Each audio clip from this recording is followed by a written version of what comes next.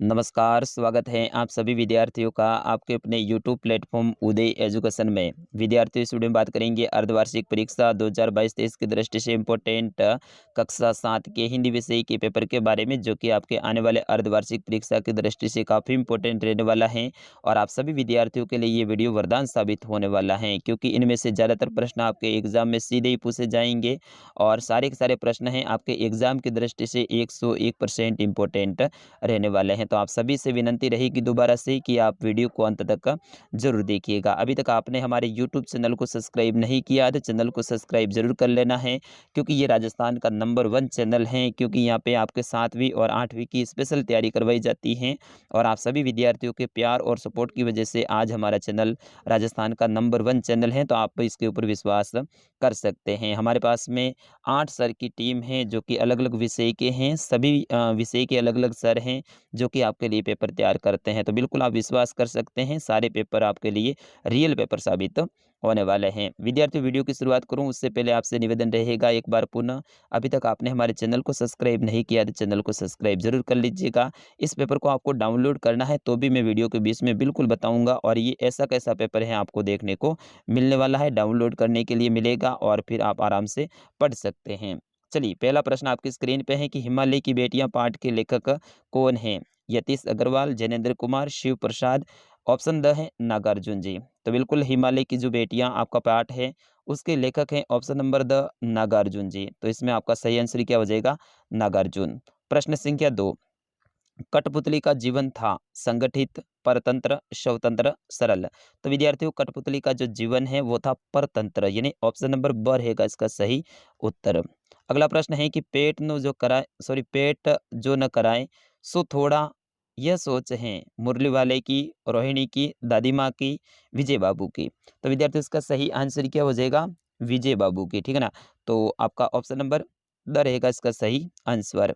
अगला प्रश्न है कि रक्त के तरल भाग को कहते हैं। तो रक्त के जो तरल भाग हैं उसे क्या कहते हैं? प्लाज्मा, प्लेटलेट्स, सफेद कण, लाल कण। तो विद्यार्थी, इसका सही आंसर क्या हो जाएगा? प्लाज्मा कहते हैं। ऑप्शन नंबर अ रहेगा इसका सही आंसर। अगला प्रश्न है प्रश्न संख्या 5, रिक्त स्थान की पूर्ति कीजिए, यानी खाली जगह को आपको भरना है। ये सारी की सारी खाली जगह हैं आपके एग्जाम की दृष्टि से 101% इम्पोर्टेंट रहने वाली हैं। पहली खाली जगह है कि रक्त लाल कण, फिर उसके बाद में द्रव्य हो जाएगा इसमें, ठीक है ना। तो रक्त लाल कण द्रव्य के समान दिखाई देता है।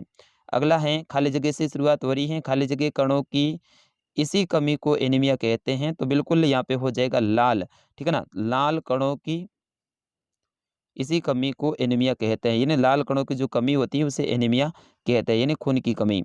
दबाव पड़ने से रक्त या फिर वक्त का बहना कम हो जाता है। तो यहाँ पे हो जाएगा आपका रक्त का, ठीक है ना। दबाव पड़ने से रक्त का बहना कम पड़ जाता है। और अगली खाली जगह है माधवदास के मन सद सहारे बैठे थे। और लास्ट में है आपकी खाली जगह मेरा मन तुमसे बहुत खुश होता है, ठीक है ना। तो यहाँ पे हो जाएगा आपका खुश, ठीक है। अगला प्रश्न है प्रश्न संख्या 6, सरसब्ज उपत्यकाएं से क्या तात्पर्य है? तो इसका अर्थ होता है विद्यार्थियों घाटियों की ओर। प्रश्न संख्या 8 है, रक्त को कितने भागों में बांटा गया है? तो विद्यार्थियों, रक्त को है वो कितने भागों में बांटा गया है आप भी बताइएगा। उससे पहले 7वां प्रश्न भी आप देख लीजिएगा, मिठाई वाला हर्ष से गदगद क्यों हो उठा था? तो विद्यार्थियों, मिठाई वाला है वो हर्ष से गदगद इसीलिए हुआ था क्योंकि बच्चे उनके पास में आए थे और सारे बच्चे हैं वो खिलौने लेने के लिए आए थे, और खिलौने देव ना, खिलौने दो ना, इस तरह से है ना, बड़े ही प्यार से उस मिठाई वाले से वो बातें कर रहे थे, इसलिए वो हर्ष के साथ में गदगद हो गया था। प्रश्न संख्या 8 है कि रक्त को कितने भागों में बांटा गया है? तो विद्यार्थियों, रक्त को 3 भागों में बांटा गया है, ठीक है ना, ये ध्यान रखना है आपको। प्रश्न संख्या 9, शरीर में रक्त कणों का निर्माण कहाँ पर होता है? तो कोशिका के अंदर जो प्लाज्मा होती है ना, वहाँ पे शरीर के अंदर रक्त कणों का विकास होता है। प्रश्न संख्या 10, खून को भागुमती का पिटारा क्यों कहा जाता है? विद्यार्थियों, प्रश्नों के उत्तर थोड़े बड़े हैं तो इनको आप एक बार नोट कर लीजिएगा और फिर याद कर लीजिएगा। प्रश्न संख्या 11 है, काका काल करे काले कर ने नदियों को लोकमाता क्यों कहा है? प्रश्न संख्या 12 है, पक्षी उन्मुक्त रहकर अपनी कौन-कौन सी इच्छाएँ पूरी करना चाहते हैं? उन्मुक्त का मतलब होता है विद्यार्थियों आज़ाद। तो पक्षी आज़ाद रह के कौन-कौन सी इच्छाएँ हैं वो पूरी करना चाहते हैं? एक तो है कि खुले आसमान में उड़ना चाहते हैं, बहते हुए जल को वो पीना चाहते हैं, इधर से उधर डालियों पर कूदना चाहते हैं, खुले गगन में उड़ना चाहते हैं, ठीक है ना? और पक्षी अपने झुंड में रहना चाहते हैं, इस तरह से घोंसला बनाना चाहते हैं, आप इनके बारे में लिख सकते हैं। प्रश्न संख्या 13, कारक किसे कहते हैं? इनके कितने भेद होते हैं? कारक किसे कहते हैं? इनके कितने भेद होते हैं? इनके भेद होते हैं विद्यार्थियों 8, ठीक है ना? प्रश्न संख्या 14, सर्वनाम किसे कहते हैं? इनके भेदों के नाम लिखिए। प्रश्न संख्या 15, विलोम शब्द लिखिए, यानी इनके आपको विलोम शब्द लिखने। विलोम का मतलब होता है उल्टा। अधिक का हो जाएगा कम, अपना का हो जाएगा पराया, उत्तम का क्या हो जाएगा? खराब या फिर घटिया अपन कह सकते हैं। जल का क्या हो जाएगा? थल हो जाएगा। और फिर उसके बाद में रात का क्या हो जाएगा? दिन हो जाएगा। लोक का क्या हो जाएगा? परलोक हो जाएगा। और उदय का क्या हो जाएगा? अस्त हो जाएगा। इस तरह से आपको इनके विलोम शब्द लिखने हैं। प्रश्न संख्या 16, प्रत्येक शब्द के 3-3 पर्यायवाची शब्द लिखिए। आकाश के 3 पर्यायवाची लिखने हैं, अग्नि, जल, बादल, पृथ्वी, राजा, सोना, चंद्रमा।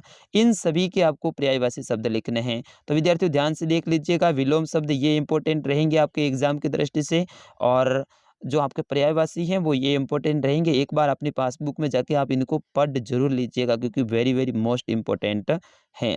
प्रश्न संख्या 17, मिठाई वाला अलग अलग चीजें क्यों बेचता था और वह महीने बाद क्यों आता था? तो इनके बारे में आपको बड़ा सा उत्तर है, याद कर लीजिएगा। प्रश्न संख्या 18 है, कठपुतली को गुस्सा क्यों आया? प्रश्न संख्या 19 है कि अपने प्रधानाध्यापक जी को शुल्क मुक्ति हेतु प्रार्थना पत्र लिखना है। यहाँ पे टीसी का नहीं आया है, शुल्क मुक्ति का आया, मतलब फीस को माफ करने के लिए आपको प्रार्थना पत्र लिखना है। इसकी जगह पे आपके टीसी का भी आ सकता है, और साथ ही 2 दिन का या फिर 3 दिन का अवकाश के लिए भी आ सकता है। तो 3 प्रार्थना पत्र आप देख लीजिएगा, एक तो शुल्क मुक्ति, एक टीसी के ऊपर, और एक 3 दिन के अवकाश के लिए। इन तीनों में से एक पक्का आएगा 101%। प्रश्न संख्या 20, किसी एक विषय के ऊपर आपको निबंध लिखना है, यानी लेख लिखना है। बेटी बचाओ बेटी पढ़ाओ अभियान, मेरा आदर्श विद्यालय, मेरे प्रिय शिक्षक यानी गुरुजी, और दीपावली। इनमें से किसी एक के ऊपर आपको निबंध लिखना है। आज हमारे विद्यालय में ये पेपर था, और बिल्कुल मेरे एक शिष्य ने है वो मेरे ऊपर ही लेख लिख दिया, मेरे प्रिय शिक्षक, और मेरी सारी बातें हैं उन्होंने अपनी कॉपी में लिखी थी। तो आप भी अपने गुरुजी के बारे में ऐसे याद करके जा सकते हैं। विद्यार्थियों, ये था कक्षा 7 का हिंदी विषय का पेपर। मैं आशा करता हूँ आपने अच्छे से देख लिया होगा और अच्छे से याद भी कर लिया होगा, प्रश्नों को नोट भी कर लिया होगा। अब मैंने शुरुआत में आपसे वादा किया था कि मैं आपको इस पेपर की पीडीएफ है उपलब्ध करवाने वाला हूँ, तो बिल्कुल हम ये पीडीएफ है हमारी वेबसाइट पे मिलेगी। फटाफट आप सभी जाइए हमारी वेबसाइट पे, गूगल में जाइए, और गूगल में जाने के बाद में आपको लिखना है www डॉट, फिर उसके बाद में लिखना है उदय, UDAY, फिर उसके बाद में आपको लिखना है स्टडी, STU डी वाई, ठीक है ना, स्टडी, फिर उसके बाद में छोटा सा बिंदु मतलब डॉट, फिर उसके बाद में कॉम।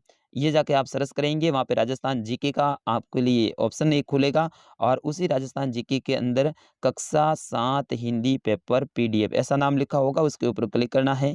फिर उसके अंदर डाउनलोड करे का एक ऑप्शन आएगा, डाउनलोड करे, उसके ऊपर क्लिक करना है। जैसे ही डाउनलोड करे के ऊपर आप क्लिक करेंगे तो ये पूरी की पूरी पीडीएफ है आपके फ़ोन में सेव हो जाएगी, मतलब डाउनलोड हो जाएगी। फिर आराम से इस पीडीएफ को आप पढ़ लेना, इस पेपर को पढ़ लेना, और अच्छे से तैयार करके जाना। विद्यार्थियों, आगे कौन से विषय का पेपर है आप कमेंट में ज़रूर बताइएगा, अपना और अपने ज़िले का नाम ज़रूर कमेंट में लिखिएगा। मिलते हैं अगले वीडियो में, तब तक के लिए नमस्कार, जय हिंद।